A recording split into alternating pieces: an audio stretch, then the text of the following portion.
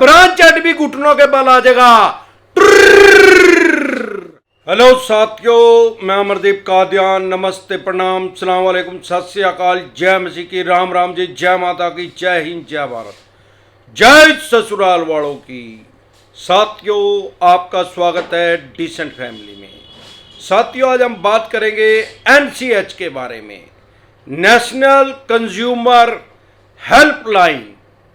इसके बारे में विस्तार से बात करेंगे कि एनसीएच किस तरह से काम करती है और किस तरह से आम और खास आदमी की सेवाएं दे रही है, उनकी समस्याओं को दूर कर रही है। साथियों, सबसे पहले तो अगर आपकी लोन की ईएमआई 2, 4, 5 डिफॉल्ट हो गई है तो आपको पता ही होगा कि आपके साथ किस तरह से बैंक और एनबीएफसी कंपनी पेश आते हैं। कुछ एनबीएफसी कंपनी तो ऐसी हैं, उनके जो रिकवरी एजेंट है गाली गलोच पे उतारू हो जाते हैं, मारने तक भी लोगों को उतारू हो जाते हैं, लोगों की सामाजिक प्रतिष्ठा को खराब करते हैं, यार प्यारे रिश्तेदारों के पास फोन करते हैं, उनकी सोसाइटी में बताते हैं, सरपंच को बताते हैं, नंबरदार को बताते हैं, या शहर में हो तो एमसी को बता देते हैं। अलग अलग जगह अलग अलग नामों से पुकारा जाता है। जैसे हमारे यहाँ सरपंच बोलते हैं, बहुत जगह मुखिया बोलते हैं बिहार में, और यूपी में प्रधान बोलते हैं गांव के। और इस तरह से उनको बता के या सोसाइटी के प्रधान को बता देना आपकी सामाजिक प्रतिष्ठा को खराब करते हैं। ऐसे इनके पास कोई राइट्स, कोई अधिकार नहीं है किसी भी बैंक या एनबीएफसी कंपनी के पास। साथियों, अगर आपके पास पैसे हैं तो इनके पैसे दे दें, नहीं है तो ये ज्यादा से ज्यादा आपका क्या करेंगे, सबसे पहले क्या करेंगे, आपके सिविल खराब कर देंगे। फ्यूचर में कोई भी बैंक या एनबीएफसी कंपनी आपको लोन नहीं देगी अनसिक्योर। लेकिन अगर आपके पास पैसे ही नहीं है तो आपका राहु केतु ग्रह तो क्या करेगा, साक्षात शनिदेव भी धरती पे आ जाए तो भी आपका कुछ नहीं बिगाड़ सकता।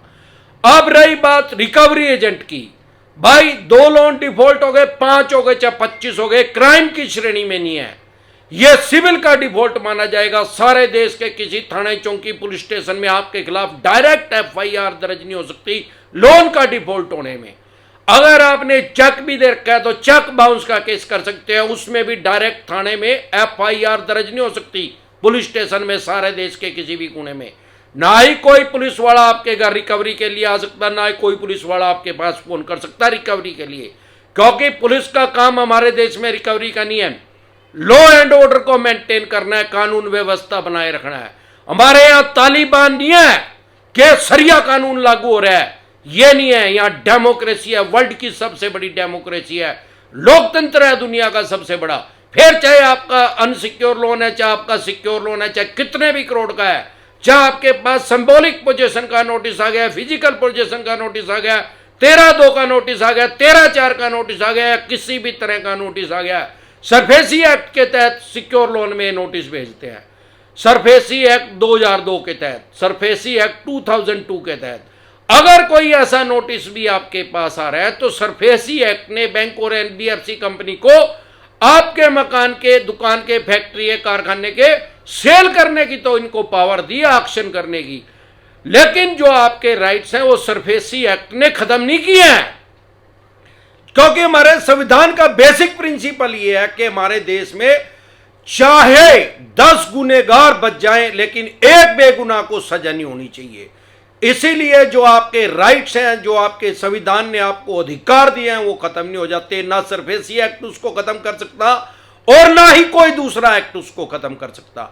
दिक्कत परेशानी का है कि रिकवरी एजेंट अपने अधिकार तो बताते हैं, उनको बढ़ा चढ़ा के आपके अधिकार जो हैं, जो राइट्स हैं, उनको हाइड कर देते हैं। आम आदमी को उनका पता नहीं है। आपके पास सरफेसी एक्ट का भी नोटिस आ रहा है, 13/2 का आ गया, 13/4 का आ गया, सिंबॉलिक पोजीशन का आ गया, फिजिकल पोजीशन का आ गया, किसी भी तरह का अगर आपके पास नोटिस आ रहा है ऐसा, तो भी आप डीआरटी में जा सकते हैं, डेप्ट रिकवरी ट्रिब्यूनल, या हाई कोर्ट में याचिका दायर कर सकते हैं इनके खिलाफ।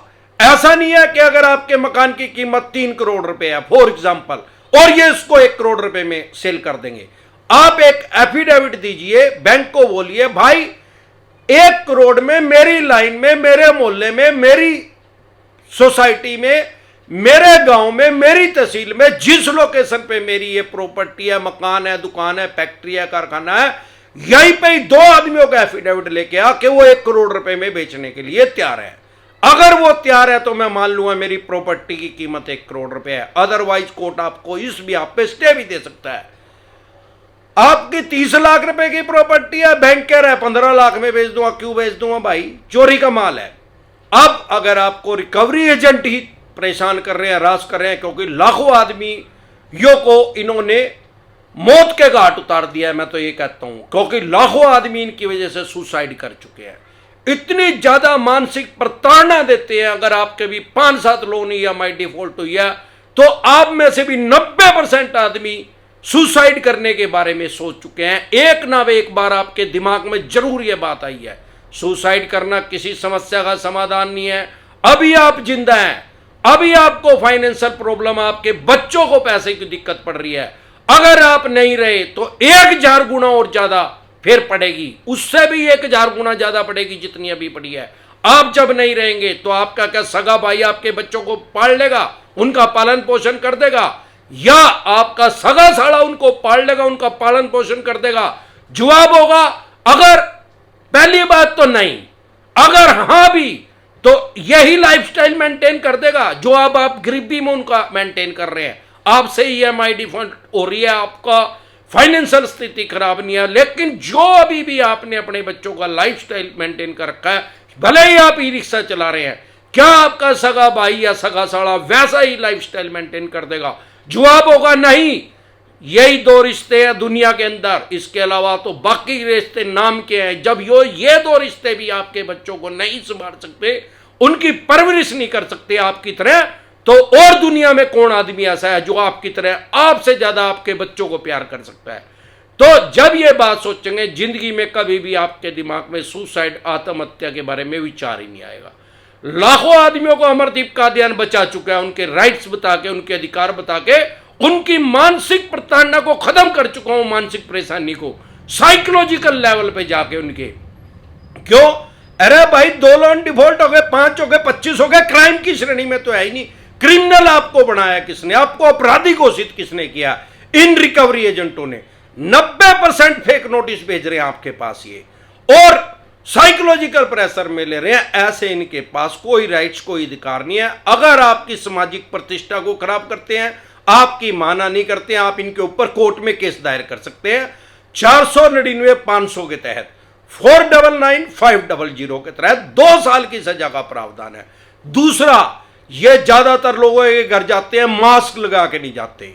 मास्क नहीं लगाया तो नेशनल डिजास्टर एक्ट में इनका चालान कटवा सकते हैं, 2 साल की सजा का प्रावधान है। या आप इनकी शिकायत NCH पे कर सकते हैं, नेशनल कंज्यूमर हेल्पलाइन। आप गूगल पे जाएं, NCH लिखें, इसका एक ऐप है, उसको डाउनलोड कर ले प्ले स्टोर से, या आईफोन चला रहे हैं तो ऐप स्टोर से कर ले। जब आप इसको डाउनलोड कर लेंगे तो इसके अंदर आप किसी भी बैंक या NBFC कंपनी की शिकायत कर सकते हैं, किसी भी तरह की। अगर कोई आपको गैर कानूनी तरीके से परेशान कर रहा है, रिकवरी एजेंट परेशान कर रहा है, तो उसमें रिकवरी एजेंट का ऑप्शन है। आप वो सारी समस्या जो भी वो कर रहा है आपके साथ, गलत गैर कानूनी तरीका इस्तेमाल कर रहा है, उसमें लिख दें, उसका नाम लिख दें, मोबाइल नंबर लिख दें, फिर देखें कैसे आएगा। वो तुरंत प्रभाव से उस बैंक या NBFC कंपनी के जोनल हेड के पास जाएगी वो शिकायत सीधी। अब फिर क्या होगा? हमारे साथ बहुत आदमी जुड़ते हैं, मैं बहुत आदमियों को टेलीफोनिकली भी बता चुका हूं। होगा क्या? तुरंत प्रभाव से ब्रांच हेड का, BM का, ब्रांच मैनेजर का आपके पास फोन आएगा, और वो सॉरी फील करेगा कि आज के बाद ये रिकवरी एजेंट आपको परेशान और हरास नहीं करेगा। अरे भाई पैसे नहीं है तो कोई तालिबान बन गया कि यार टांगा काट दोगे के लोगों की, हाथ काट दोगे, अंखा फोड़ दोगे के? अरे नहीं, पैसे हैं तो भाई ड्यू टू प्रोसेस चलना, कानूनी कार्रवाई करना है। कोर्ट खुल रहे हैं, किस लिए खुल रहे हैं? थाने तहसील कोर्ट के किस लिए बने हुए हैं? जा कोर्ट में क्यों नहीं जाते? इनको पता है 40-45 साल लग जाएंगे भाई माननीय सुप्रीम कोर्ट तक जाते जाते। जिसको लोन दे रखा है वही आज 25-30 साल का है, उसमें 45 जोड़ेंगे तो वो हरिद्वार चला जाएगा, बोलो राम ही हो जाएगा उसका। और जिसने लोन दे रखा है कौन सा 16 साल का है, अभी तो 25-30-40 का हो रहेगा, उसका भी बोलो राम हो जाएगा। यही कारण है कि रिकवरी एजेंट को आपके पीछे लगाते हैं। इनकी कोई मेरे देखने में आया ज्यादातर इनकी सैलरी नहीं होती है, कमीशन पे काम करते हैं। 15 से लेके 35% तक भी इनको कमीशन मिलती है। आप डरे नहीं, इनको बैंकिंग की भाषा में इसको इंसेंटिव कहते हैं। आप अपने राइट्स जाने, अपने अधिकार जाने, इस नंबर पे या 1448 नंबर पे भी आप इनकी शिकायत कर सकते हैं बैंकिंग अम्बुड्समैन के पास, जो कि बैंकिंग लोकपाल, सारे देश का एक ही लोकपाल बना दिया है रिजर्व बैंक ने।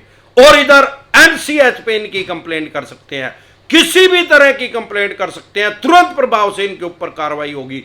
एनसीएच का जो नंबर है, हॉटलाइन नंबर भी है, उनका टोल फ्री नंबर भी है, उस पर भी आप इनकी शिकायत कर सकते हैं। वो आपकी स्क्रीन पे आया हुआ है, वहां से देख के आप इस नंबर पे शिकायत कर सकते हैं। जब एनसीएच की आप ऐप लोड करेंगे तो उसके अंदर सारी डिटेल आ जाएगी, किस तरीके से आप इनकी शिकायत कर सकते हैं। कोई भी गैर कानूनी तरीके से कोई भी बैंक या एनबीएफसी कंपनी रिकवरी नहीं कर सकती। पैसे हो तो इनके पैसे दे दे, नहीं तो आपका सिविल खराब करेंगे, और नहीं है तो आपका फिर शनि भी कुछ नहीं बिगाड़ सकता। और 54 छापों का यमराज तो ये बैठा ही है। नाम तो सुना ही होगा, अमरदीप कादियान। क्यों? अरे भाई, गूगल करेगा सबसे ऊपर आएगा, यूट्यूब पर सर्च करेगा तब भी सबसे ऊपर आएगा। क्यों आएगा? लाखों आदमियों का नाम अमरदीप कादियान है, यही अमरदीप कादियान सबसे ऊपर क्यों आ रहा है? भाई लोग सर्च कर रहे हैं, लाखों आदमी सर्च कर रहे हैं इस चैनल को, इस नाम को, अमरदीप कादियान को। मैं क्या करता हूं, ये जानबूझ के 90% तो फेक नोटिस भेजते हैं, जानबूझ के टिपिकल लैंग्वेज यूज करते हैं जो आम आदमी को समझ में ना आए। मैं उसको सामान्य बोलचाल की भाषा में बता और समझा देता हूं। अगर आप हमारे साथ नए जुड़े हैं तो हमारा जो ये चैनल है डिसेंट एडवाइस, अगर आप मुझे फेसबुक पे देख रहे हैं तो हमारा यूट्यूब पे चैनल है डिसेंट एडवाइस के नाम से, जिस पे पिछले 1 साल में मैं 1000 से भी ज्यादा वीडियो बना चुका हूं लोन से रिलेटेड।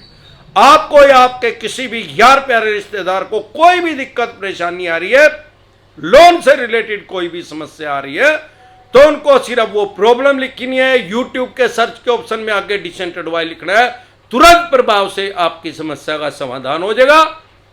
या आप मेरे साथ लाइव में जुड़ सकते हैं। मैं डेली रात को लाइव आता हूं 9:30 बजे यूट्यूब चैनल पे, डिसेंट एडवाइस के नाम से जो हमारा चैनल है यूट्यूब पे। रात को 9:30 बजे, तीजो तुबारो, 12 तुबारो, आंधियो तुमानो, मीओ बारिशो, खांसियो जुकामो, नजलो बुखारो, लाइव में डेली आता हूं। उसमें जो भी आप कमेंट करते हैं मैं उसका जवाब दे देता हूं। किसी का रह भी जाता है तो जब भी मैं ऑनलाइन होता हूं मैं उसका जवाब जरूर देता हूं। इसके अलावा अगर आप हमारे साथ टेलीफोनिकली जुड़ना चाहते हैं या पर्सनली मीटिंग करना चाहते हैं, लोन से रिलेटेड जो भी आपके पास डॉक्यूमेंट्स हैं वो सभी लेके आप मेरे से पर्सनली मीटिंग कर सकते हैं, पर्सनल एडवाइस ले सकते हैं। चाहे आपका लोन 2 करोड़ का है, 5 करोड़ का है, 25 करोड़ का, 50 करोड़ का या कितने भी करोड़ का है, आपके कोई राइट्स अधिकार आपके खत्म नहीं हुए हैं, आप पर्सनली मीटिंग भी कर सकते हैं, टेलीफोनिकली भी जुड़ सकते हैं। आपकी स्क्रीन पे नंबर आया हुआ है 9306347314। इस नंबर को सेव करके आप व्हाट्सएप मैसेज करें, तुरंत प्रभाव से रिप्लाई आएगा कि कैसे आप हमारे साथ टेलीफोनिकली जुड़ सकते हैं या पर्सनली मीटिंग कर सकते हैं, क्योंकि ये मेरी टीम के पास होता है। इस नंबर को सेव करके व्हाट्सएप कॉल करेंगे कोई रिप्लाई नहीं आएगा, नॉर्मल कॉल करेंगे कोई रिप्लाई नहीं आएगा। एक बार जोर से मिलकर नारा लगाएंगे, जय ससुराल वालों की।